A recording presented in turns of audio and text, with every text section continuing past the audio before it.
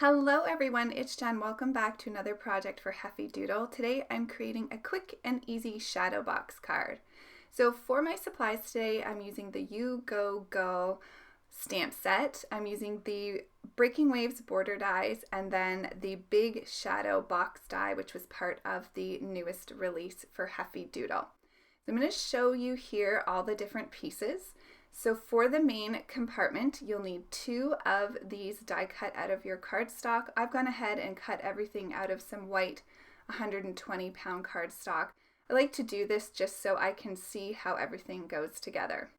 So these are the little panels that go inside the shadow box to help create your scene. Everything already has score lines on them, so it's super easy. This is a really fun scalloped panel die, and I use this for the back of my card today. I'm just going to put that to the side and show you the rectangle. This cuts out the front of your card to create your shadow box, but you can also layer it with the scalloped rectangle to create a little frame for your card as well. The other 2 dies that are included in this die set is the clouds and also the grass, and the grass cuts out and fits perfectly behind your little insert panels, or you can just cut that directly from the insert panel. I'm just going to show you some options here. So here's how you can use the frame for the front of your shadow box and the scalloped rectangle on the back. You could also put the frame on the back of your shadow box card as well. So let's jump into creating the shadow box. I'm going to show you how easy this is. So I'm using some Heffy Doodle oyster shell. This is a gray cardstock. And like I said, you'll need 2 of the panels to create your shadow box. One of them you'll want to cut out the center to have the opening for your scene. So as I mentioned, everything already comes scored. I do like to just use my bone folder here and my little score buddy just to really enhance those score lines and make it easier for them to fold. I'm just going to go ahead and use my bone folder here and make sure I have a really good impression with my scoring. So that's the first panel. This will be the front of the shadow box. I'm going to go ahead and do the same here with the second. To cut out my main panels, I just cut my cardstock by 4 3/4 and just left it at 8.5 inches long, and that worked really well for me. So I'm one who loves interactive cards, but I like them to be easy to put together, and this one couldn't be any easier. So here it is, the 2 panels that you'll need to create your shadow box, and that's it. You have your shadow box, as easy as that.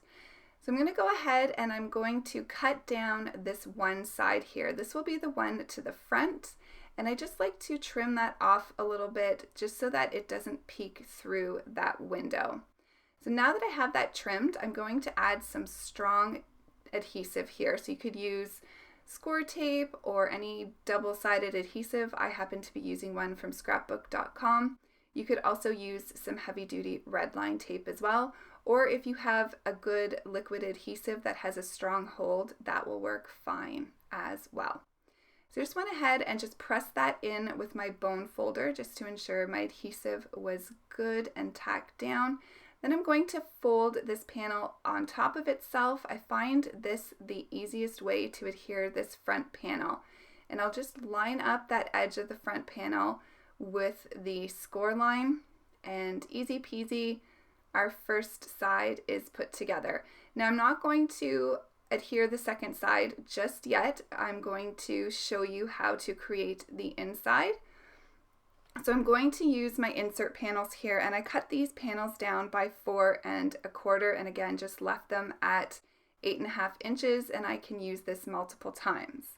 So I'm going to be using 3 of the insert panels for my scenes, and you can use any of your border dies to create your little scene card for the shadow box. So I'm just showing you here using the Breaking Wave border dies that you can cut out your borders right on to your insert panels. So I'm just holding those down with some Heffy Doodle Memo tape, which is low tack and perfect for die cutting. So I'm going to have one of the lighter panels to the back, and that is cut out of some Heffy Doodle Ice Blast cardstock. And then I'm going to have this darkest one, which is called Cookie Monster, in the middle. And I just wanted to show you here, because the Breaking Waves borders cuts with the stitching on both sides, you can also use those little cutout parts if you want as well. So no waste on the cardstock. So again here, before I fold over where you would adhere the panels to the card base for the shadow box, I just went ahead and scored those again as well. For some added interest, I'm using some Tumbled Glass Distress Oxide ink on the two lighter panels, and then I'm going to use Salty Ocean on the darkest. Now the Tumbled Glass was a bit light on that Ice Blast cardstock, so I'm just going to use what I have left over on my brush here from the Salty Ocean and add that to the lighter card panels as well. And it gives some really fun dimension to cardstock. I'm going to spray a little bit of water here and just let that ink oxidize. I'll let that sit for a few minutes, longer than what I'm showing you here in the video. And then I'll go ahead and pick up those water droplets with a clean paper towel. So now I'm ready to adhere my inserts to my shadow box. So I'm just going to score those edges and they will be ready to go here. Super simple. I love how easy this is, and it creates such a fun interactive card. So I'm bringing back in my shadow box here, and I'm going to place the panel that I'm going to have closest to the front first. And I'm just opening up that shadow box just to make sure that I get this adhered where I want it. I'm going to have this one nudged right up to the front of the card. And for one side, I'm going to use my double-sided adhesive again. So again, just making sure I have placement in the right place. I want to make sure that that second one is not going to be seen, the bottom of it. So I was just checking there. And then I'm going to open that up and just really make sure that I have that adhesive good and adhered down. And then I can go ahead and add some double-sided adhesive to the second, and I will fold over that one flap on itself. Now afterwards, I did off camera add some glue to the bottom of that insert panel just to make sure it doesn't lift from the front of the card. So I wanted to stamp my sentiment on this first ocean wave here. So I'm going to use the sentiment, "Hey girlfriend," which I think is a really fun play on words. Now, if you didn't want to use a stamp positioning tool, you could just go ahead and before you adhere down that panel, you could trace where the inside of the box is for that opening with a pencil and go ahead and stamp your sentiment. But this was easiest for me. So I did stamp it a few times. I wanted to make sure that I had it perfectly placed. So using my stamp positioning tool really helped with that. So now that I have my first panel down, I'm going to add my second wave. And what I love about this is you can position your insert panels in various locations from front to back, giving you lots of dimension for your card. So with this final panel, I'm also going to have that placed a little bit back. So that one is mostly to the back of the shadow box. And I just, as you can see, I just have it open there and I get my placement and then sort of lightly tack it, and then I can open that shadow box again and just make sure it's straight before really pressing down on that adhesive. So for me, it was easiest now to go ahead and close my shadow box. So I'm going to use my double-sided adhesive on this side as well. And then once I get that on, I can go ahead and I can attach the other sides of my inserts. And you can see here, I'm constantly kind of folding the shadow box down to make sure that it folds completely. This will fit into a regular sized A2 envelope perfectly for mailing without additional postage. So for this side, I am just going to use some liquid adhesive. I use the Art Glitter Glue, which is very strong, so I'm not worried about this popping off at all. And it's a little tricky to kind of put this together on camera, but I promise you it's very easy when you're just in your craft room adhering these without having to worry whether or not you're in frame. So I am going to hold that down with my fingers just to make sure that that glue adheres well. And my little scene is ready to go. So now we can go ahead and I can put on my images, which are the adorable little seagulls. So I'm using 3 from the stamp set.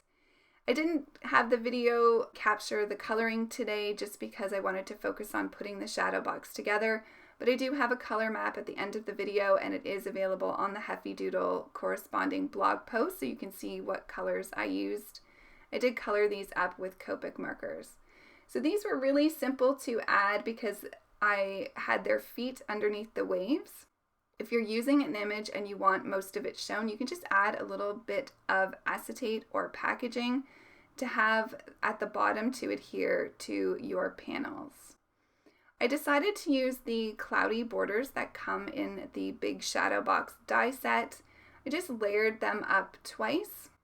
I'm going to add a little bit of just some scrap cardstock to the back so it's nice and level. And then I'm going to insert this in the back of my shadow box. So I'll just place that to the top, and it's nice and easy because the top and bottoms are open, so it makes it easy to add your elements once your box is together. Now I'm going to work on my back panel for the card. So I did use that scalloped rectangle, added a little bit more Distress Oxide to that, and I'm going to stamp on it. So for the back, I'm using the sentiment You Go Gull. I find that a bit of a tongue twister. You go gull, or girl, is what the play on words is. I'm going to add this little scroll here, and then I'm going to stamp the sentiment, Hope to see you soon, which is another sweet play on words, and then I'll add a single feather here to the bottom of that. So I can go ahead and adhere this to the back of my card. You can do this before you put your shadow box together as well, if that's more preferable to you, but it's super easy to add it once you already have it together as well. So that is the back complete. I decided that I wanted to add a white frame to the front. I thought it would pull the white from the clouds together, so that was my reasoning behind that. And here's a close-up look of the shadow box done. So fun, so quick and easy. I can't wait to create more cards with this. And here I'm just showing you this does fold so that you can put it into your envelope. So here is the color map with the colors that I used for the little seagulls. Thanks everybody for watching. Don't forget to subscribe, and I hope you all have a fantastic day. Thanks for joining me, and thanks for joining us at Heffy Doodle, and I will see you soon in the next video. Bye!